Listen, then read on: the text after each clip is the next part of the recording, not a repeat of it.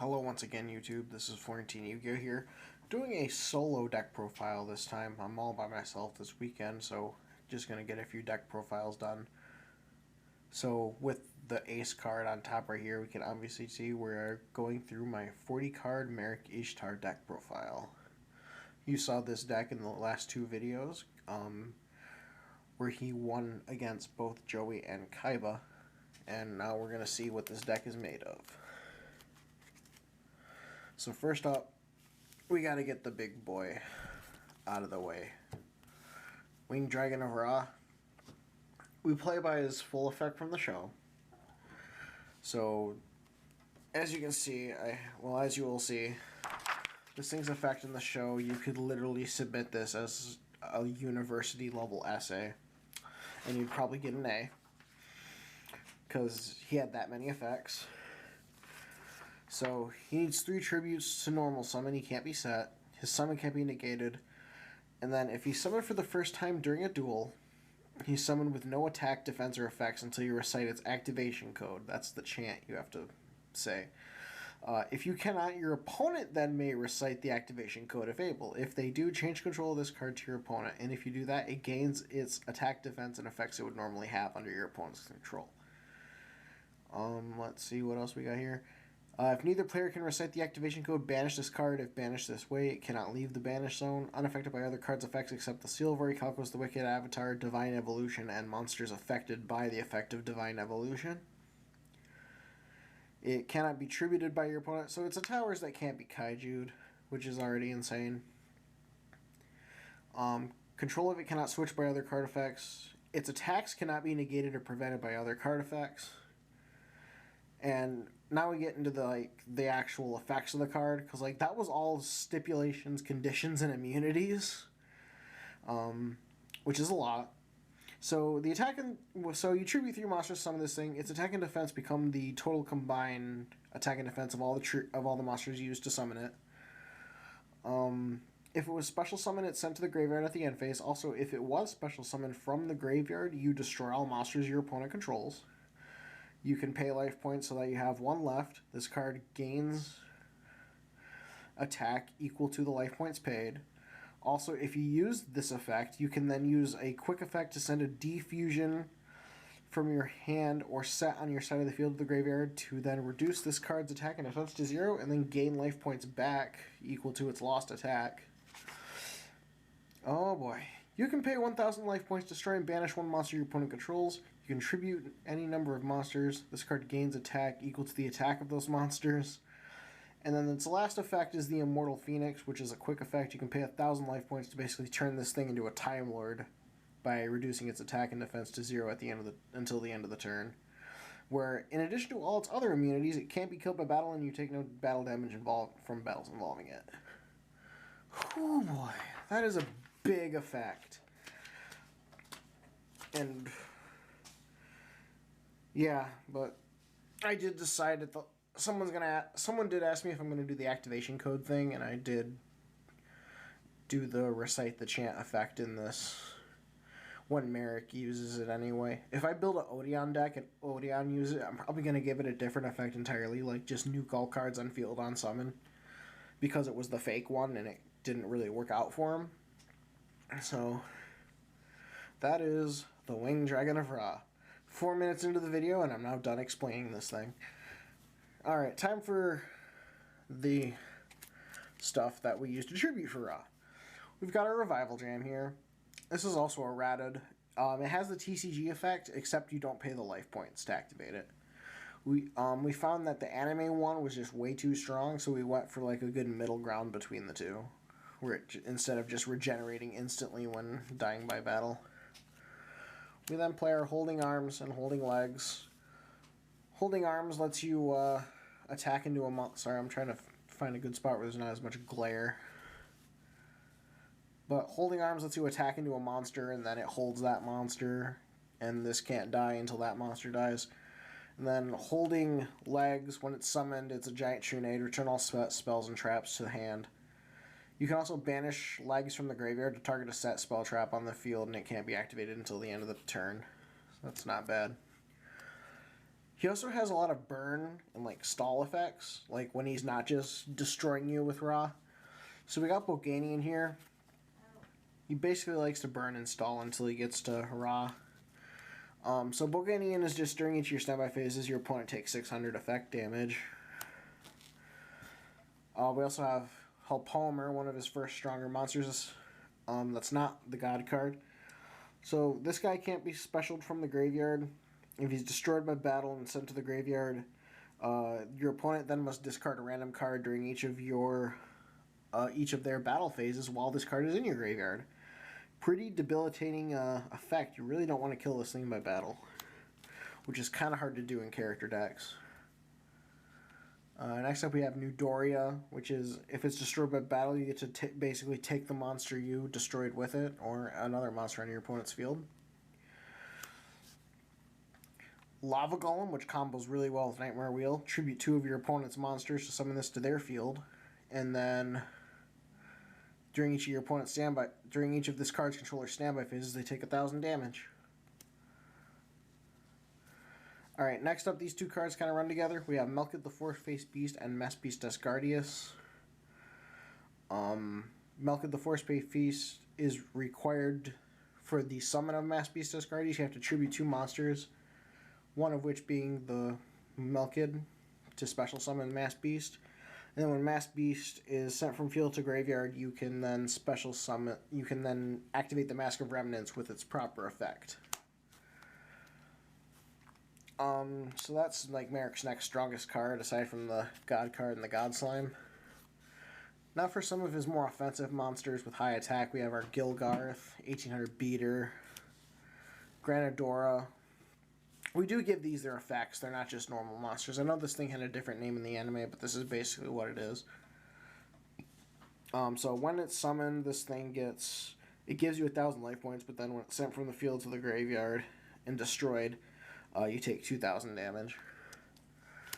We have Dralago and Juragato. Granadora, Dralago, and Juragato were all normal monsters in the show, but we just keep their effects for this. Juragato, I was debating on making it have no effect, but that's just more erratas I have to remember. Legendary Fiend powers up during each of your standby phases by 1,700. He starts out small, but then he can get really big if you let him stay on the field too long. Mekir the Destructor, pre-errata obviously. It's really just a 1,600 body. You rarely use its effect to activate traps from the hand, just because it's usually getting destroyed by battle. The best thing you can do is summon a Metal Reflect Slime from your hand if your opponent kills it. And that's really all his offensive monsters, besides, the big ones. Some utility, we got Dark Geroid. You saw this pretty good utility. It had pretty good. This actually has one of the best ways to set off Card of Last Will without your opponent having to do anything. So Geroid is whenever this card is summoned, you get to cut the attack of a monster on either side of the field by 800 points as long as that monster's on the field. And for some reason, this is also technically a part of the Vehicroid archetype / Speedroid archetype because it has Roid in its name. Then our plants are Lloyd Poison and Lacunga. Lord Poison, usually just a 1,600 body, but if Lacunga's in the grave, he can summon it back. And then Lacunga is banished 2 other water monsters from your graveyard, so literally just Lord Poison and Granadora. You get to summon a token with 700. It's just extra token. So, that's not bad. So, that's all of the monsters. We now have the main card of Marik's deck other than Ra, Monster Reborn, and the many ways to get it back. To search it / get it back, because Ra is most powerful when you summon it with Monster Reborn, because it has the ability to attack and destroy all monsters your opponent controls when it's immediately when it's special summoned from the graveyard, in addition to all its other effects. So, to get our Monster Reborn, we have Left Arm Offering, which is actually errated, The only effect change is that instead of banishing your hand, you just send it to the graveyard. Because the whole point of this was, in the anime, was to dump Ra to the graveyard and then search Monster Reborn for a quick kill.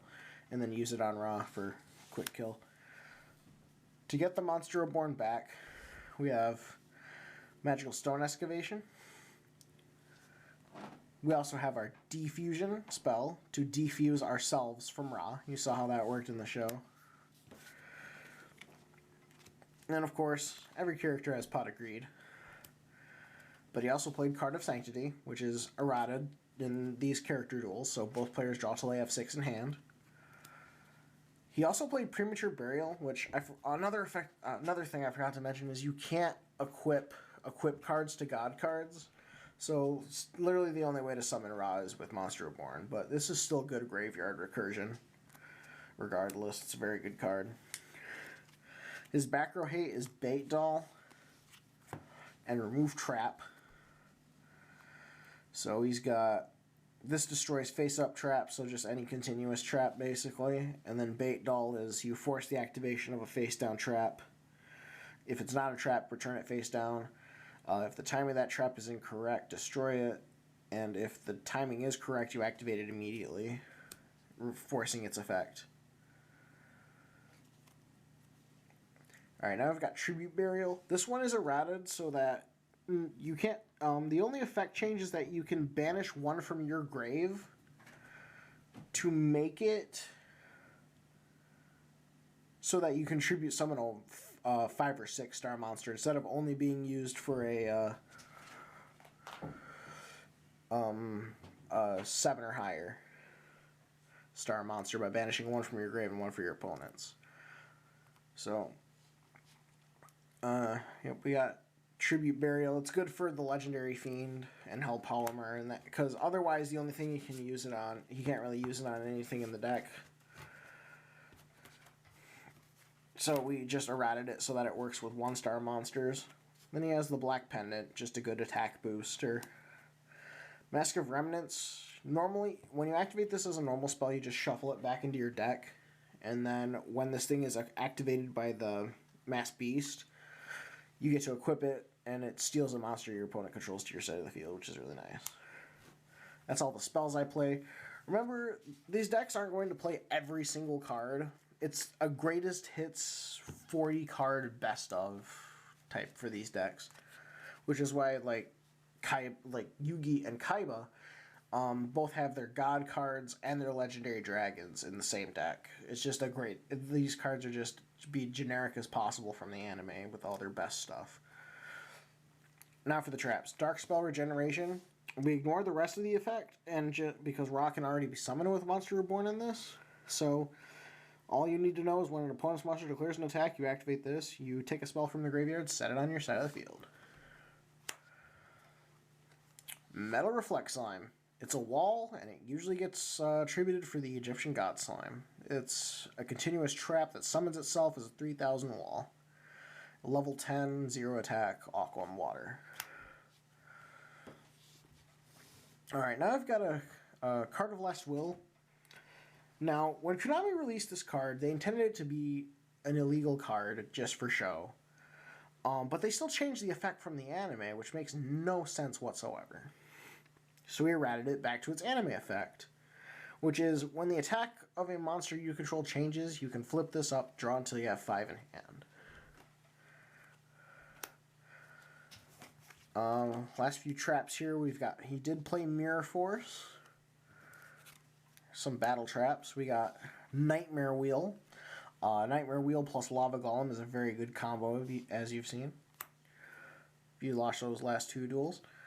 Malevolent Catastrophe is like Mirror Force, but it destroys all spell traps on the field. So it's just Heavy Storm that triggers on an attack. Jam Defender to redirect all your opponent's attacking monsters' attacks to your Revival Jam. Hidden Soldiers has a lot of synergy in this deck because there's a lot of level 4 dark monsters. And finally, some Burn with Coffin Seller. Anytime a monster is sent to your opponent's graveyard, they take 300 damage.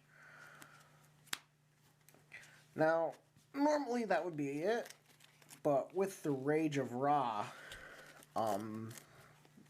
Duelist pack, we finally got Egyptian God Slime, and I'm actually surprised that Konami put the word God in the name of one of their cards, because they've always tried to dodge it before, like Egyptian, like Elder God Norden became Elder Entity Norden and all. I was really worried they were gonna call it like Egyptian Deity Slime or like Egyptian Entity Slime just to avoid putting the word God in the title. I mean, you can't really. I mean, it was already called this in the show. But this thing is a very... But anyway, that topic aside, this thing is a very formidable monster in character deck duels. Being unable to be destroyed by battle and redirect targeting effects, as well as attacks, is just huge. And he's 3,000 attack. And he can be treated as 3 tributes for Ra. Which is... This card is really good. Like, when you get this out, some decks, you don't even need Ra. Like, you just need the God Slime if you can get Metal Reflect Slime on the field. So, that's his 1-card extra deck and his 40-card main deck. So, with that all out of the way, that's pretty much my Marik Ishtar deck. I said, I hope you stayed till the end. Hope you enjoyed the video. I know someone's going to be excited to see this, but in particular, they wanted to see how I built my Marik deck. So, with all that out of the way, this is Florentine Yu-Gi-Oh! We're out of here. See you next time.